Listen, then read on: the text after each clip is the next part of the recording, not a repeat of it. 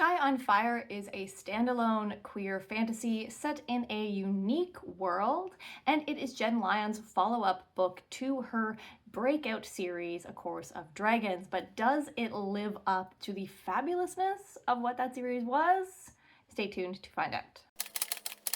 Hi guys, I'm Kristen. Welcome and welcome back. So today I'm going to be doing a non-spoiler review for The Sky on Fire. And if you don't want to know anything about this book, you should just read it and then come back and let me know if you agree or disagree with what I think. Now, generally my reviews tend to be more like should you read focused. It's not like a critical analysis of how good this book is, but more things to consider if you're thinking about picking this book up, what did and didn't work for me personally, and do I recommend it to you? Now, to start off with a little disclaimer, I absolutely loved A Chorus of Dragons series. I do have a should you read for that whole series, which you can check out, and I also have a non-spoiler review for The Ruin of Kings, but if you check out that video, please keep in mind that it was like the second video that I ever made, so I stand by what I said, but it is rough, folks. So with that being said, I was definitely going into this book with pretty high but also nervous expectations, because when you start out with like a fabulous 5-book series, going to a standalone is a really big shift. And I think that in some way colored or was clear in my overall thoughts about like how effective this book was as a standalone book. So after years of hiding out in the jungle known as the Deep, Anarod is kidnapped and sort of rescued on off multiple times and eventually strong-armed into helping this ragtag group of misfits sort of into cracking or breaking into a dragon's vault. There's just one problem. Anarod was supposed to have been executed 17 years ago for doing just this very thing. Anarod has history with this dragon that they're supposed to be breaking into, and that's why they want her to be part of this particular heist. Now, people hear heist, they get excited or turned off, and I will say that, like, don't put so much weight on the word heist, I would say, in this book. It is sort of heisty, but it's not like the biggest heist vibes ever. You don't even really like get the plan until the 40% mark. So while there is a heist going on, it's really just like a lot in and around the heist that we're more focusing on than the actual like planning and execution of the heist. And I'll say right out of the gate that I think where this book really, really shines and was like so like almost no critiques possible is the classic Jenn Lyons world building that we have going on here. This is a very full realized world where you could see multiple different stories, extension of like this story, these characters, other things going on in this world. It is a very full realized world. It is also like casually queer, and so if you love that, especially how that related to A Course of Dragons, if you're familiar with that series, or for example like A Mask of Mirrors, where it's just like built into the world itself, I think Jenn Lyons does an amazing job of that. In this one, we're dealing with like social rings that dictate or that help communicate everything from pronouns to sexual preferences to like kinks to relationship status and all of the above. I do think this also has some like classic Jenn Lyons relationship dynamics, if you're again familiar with that. Whether or not they were totally effective, I will get into, but definitely if you're looking for representation in that regards, you can check this out. In regards to like world and history, I think Jenn Lyons does a really good job of building, again, like the world building, history and lore in a way that it doesn't take over by any means. I am personally someone that is turned off by like getting too much lore and religion and world, like giving us like all of the classic like tales from this world. I find that a little bit slow and draggy. I feel like Jenn Lyons gave me just enough to make it clear that this world was like complete in their mind, and in a way that didn't make it obvious that things were going to play into the story later, but that of course they do, because that's just like how world building works. And I think like even as the course of the book goes on, like you're still getting world building that is happening even into the last half of the book that feels relevant but not overwhelming or too much or too late. The relationship writing and the sincerity of her characters involved, or the way that they are able to be open and honest and direct and true to themselves in these relationships, and I'll say like relationships plural and a variety with different dynamics, It does feel similar to the writing from A Course of Dragons. So if you're familiar with A Course of Dragons, I think similar dynamics and similar writing style with the relationships involved here. If not, I just, as I said, the adjectives already used, there's a lot of openness, there's a lot of sincerity, there's a lot of being true to themselves and how that fits within the relationship. However, I will say that compared to a multi-book series, the relationships, and not just romantic relationships, but relationships like plural of different types and dynamics, I don't think are necessarily earned in this standalone that we have, especially the earliness to which like a seriousness of, hey, we're vibing here and these are the things I would be willing to do for this relationship. The way to which the possible relationship status is changing and affecting people's decision making and, you know, thought process and what others saying, I think is a little bit unearned at the point at which we start to get those conversations happening. And I think that that's just something that is a challenge as a standalone fantasy when it's not a romantasy. And that being like the key question of what is romantasy? Does a book that simply have a relationship, is it a romance? Is it a romantasy? Whatever. And I personally think no. This is a subplot. It does affect some decision making. It's not pushing the plot. It's not the focus. The focus here is the world, the plot, the characters.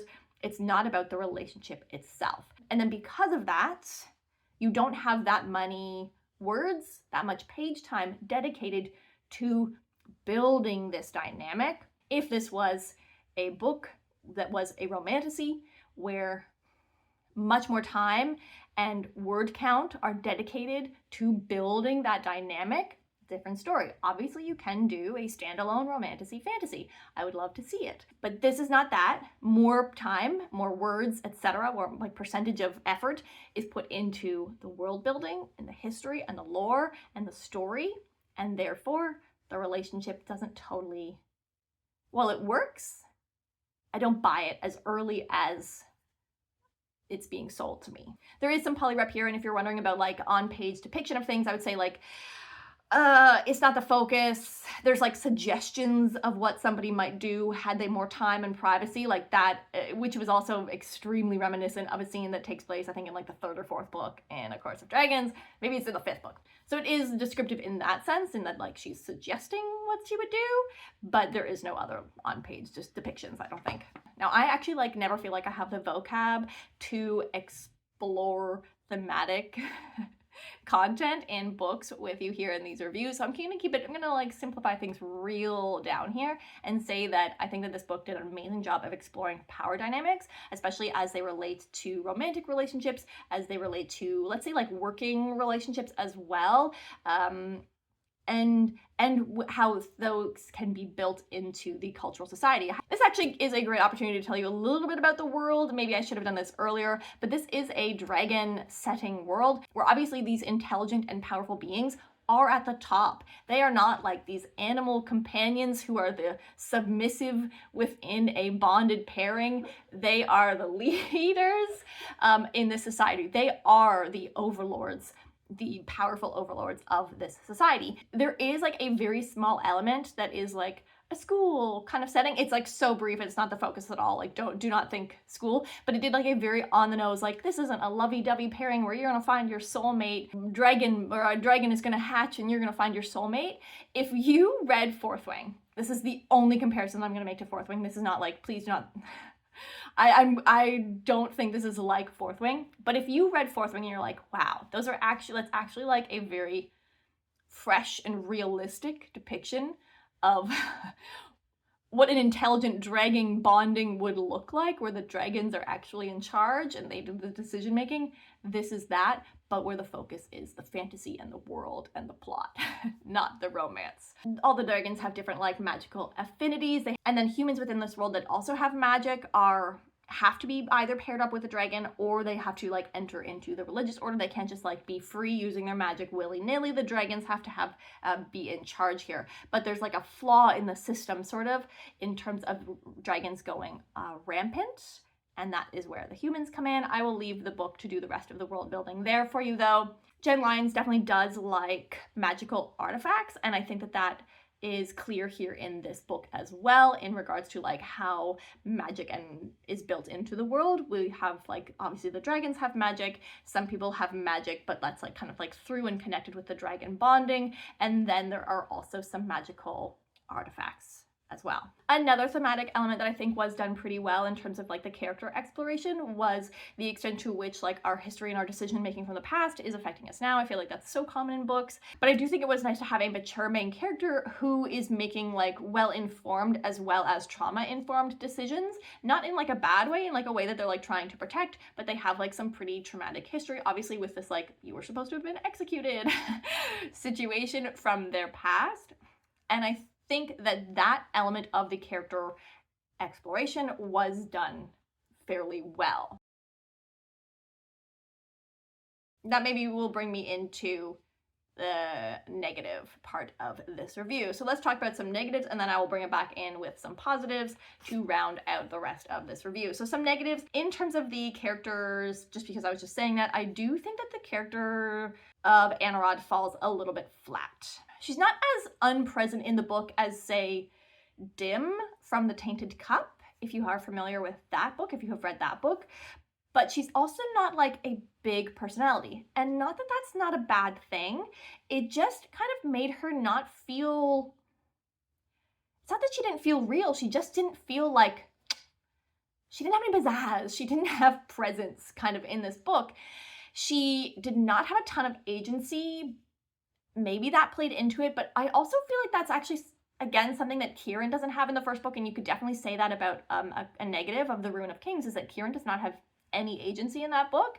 And Anarod similarly does not have a ton of agency in this book. She does towards the latter half, but she is making decisions based on like the confines of her setting and situation, and then how the relationships start to pull on her as well. And I'm not talking about romantic ones. There are other relationship dynamics that don't necessarily feel earned in this book, and that is one that starts to make decision making, or that starts to impact her decision making. But yeah, overall I just felt like Anarod was missing something, and I do think that that is hard to like totally fall in love with characters in a standalone. It's not impossible, but it is more of a challenge, and I think that that's something where we spent more time on world and less time like building these characters up. She's maybe a little bit boring. Like, I guess you could say that she's maybe a little bit boring. A similar note is that like with a crew in a standalone, you do not always have enough time to make all of the crew members as big, as important, as dynamic. Definitely some crew members get a lot more page time, they get a lot more focus, they get a lot more attention, they make you feel a lot more than other characters who are just kind of present to do their thing when they are asked for it. And sometimes that's unfortunate. Like, this is not necessarily a found family. There are some found family elements, but I almost wish that I had like more information about certain found family elements, whereas some of them I just feel like were totally missing. And some made me really, really care. There's like a young, very rough around the edges, trauma in my past kind of young teenage girl. There's the like sultry, sexy love interest crew leader who has a dark past, who's doing the decision making and not sharing all of her secrets. There is a character who speaks only in quotes, who is then like interpreted by another character who knows their references. I actually really I enjoyed that. At first I was like, what? But I really enjoyed it. And then there's this other like sorcerer character who I just like had some trauma in his past. I feel like I know nothing about that character, unfortunately. So that is just like an element of having a crew that is almost too large in number for the page time available. So it's okay that not everyone gets all of the attention, because like that's not the focus, but it is definitely noticeable. I do think there are some conveniences in the plot, and like with all of this horror lore and history, I have like actually no idea how two characters know each other, and it's like extremely relevant to like why one would do this other one a huge favor, and I have like no idea why that was the case. Maybe I missed it, but with how we related to all of the other people like knowing each other and the history in this world, I have no clue how these two people know each other, and it's like a big element of why we're doing what we're doing. Okay, but let's finish on a high with some positives. So as obviously mentioned, as I think I've made very clear, I do think it is fantastic world building. So if you really, really enjoy world building, if that's what you love about reading fantasy books, this is worth checking out for sure, especially if you love casually queer fantasy world. It is comparatively a little bit small. We're not looking at a huge map here, but it is full within it. There's no other countries. It's just what the dragons are focusing on. But again, I think that's okay, especially in a standalone. It is a fully realized world. It is a fabulous, I can see so much going on here world. Now, should you or should you not read this book? If you are looking for another Fourth Wing, this is not the book. It is not that romantic-y. The relationship is there, but it's not the main focus and priority. If you like there to be people talking about whether or not things are going to happen, you get small little snippets here or there, you get longing looks, you get fade to black, something happened kind of scenes, but it's not the big focus of the book. This is the right level of that for you. If you read Fourth Wing and you're like, damn, great dragon world building, but the rest of this is not what I was looking for. Hey, this is a great alternative to that. It's not like Fourth Wing. The dragons are similar. Now, if you are deciding between picking up a Chorus of Dragons series versus reading this might be the better place to start with Jenn Lyons. Not because I think that it is overall better than A Chorus of Dragons, I don't, but it might be more approachable than picking up The Ruin of Kings, which has a lot more narrative complexity because of some footnotes, some dramatic timeline wonkiness, some personality eating demon. That's not the right terminology, but there's some complexity with past lives, reincarnation, timelines, footnotes, stories within stories that goes on in A Ruin of Kings. So if you read this and you think, I really like that world building, I love the casually queer social elements, I like the relationships, and I would love to see what Jenn Lyons could do with more time, then after this book, maybe you check out A Chorus of Dragons, and maybe you check out my Should You Read video on that one. So I think this would be a good place to start with Jenn Lyons to see what can they do with a standalone, and how much better could it be if I like elements of that and I think, but it's not quite right in certain things, but I would be curious to see what they could do with more time, then I think this would be a good book to check out.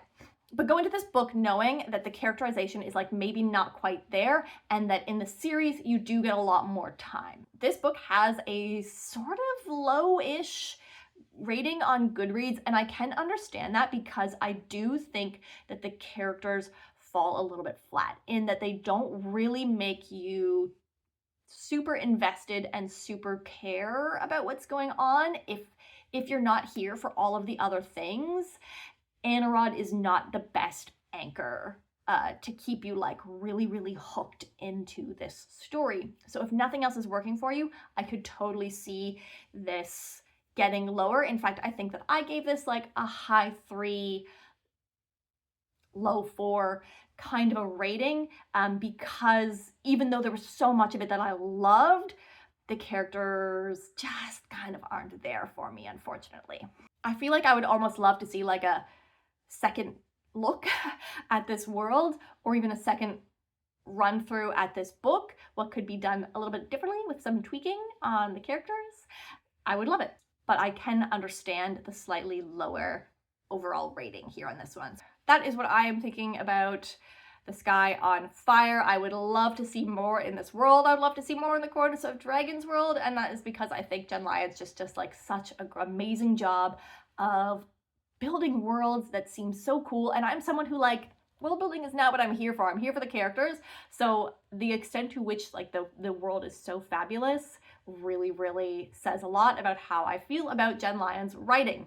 As a follow-up to that other expansive series, this book was not the huge win that I was hoping for, but it hasn't turned me off, and I am still eagerly looking forward to see whatever Jenn Lyons writes next. Have you read this book? Let me know in the comments down below if you agree or disagree with what I said. I'm really, really curious to see what other people thought of this. I have seen, like, my friends on Goodreads have been a mix, and I totally get that based on what this book delivered. If you haven't read it and you are now going to pick it up or not because of what I said, I'm very curious to hear about that. Don't forget to like, comment, or subscribe, and I will see you guys next time. Have a great day. Bye.